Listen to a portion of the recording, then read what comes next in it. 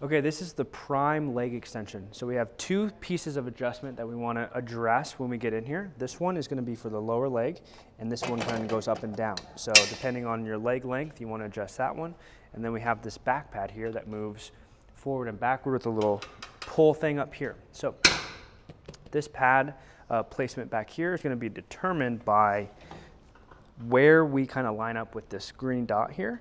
Now we want our knee to be ever so slightly in front of that. So depending on where your knee ends up when you get in here will determine where you adjust this guy, okay? So you want to be slightly in front. Now there's another pin here that you can pull and it'll change the starting position of that guy. So you want to set that up wherever you can get comfortably.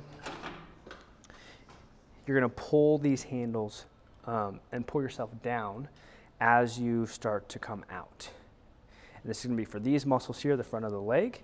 Now this machine is a little bit different than our Kaiser machine because it is plate loaded. It will leave your leg if you explode, so you'll get this. Now I would say that the knee joint is probably one that we don't necessarily want to do a lot of that. So you want to make sure you keep your tempo very consistent on this one. So we don't want to explode from the bottom.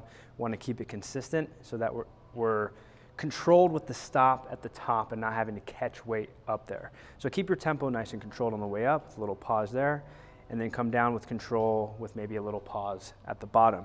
The other tip I'll give you guys is this machine moves in one plane around this axis, and our knees also move in one plane as well. So what we want to do is make sure that we're lined up as straight as we can and moving with the machine.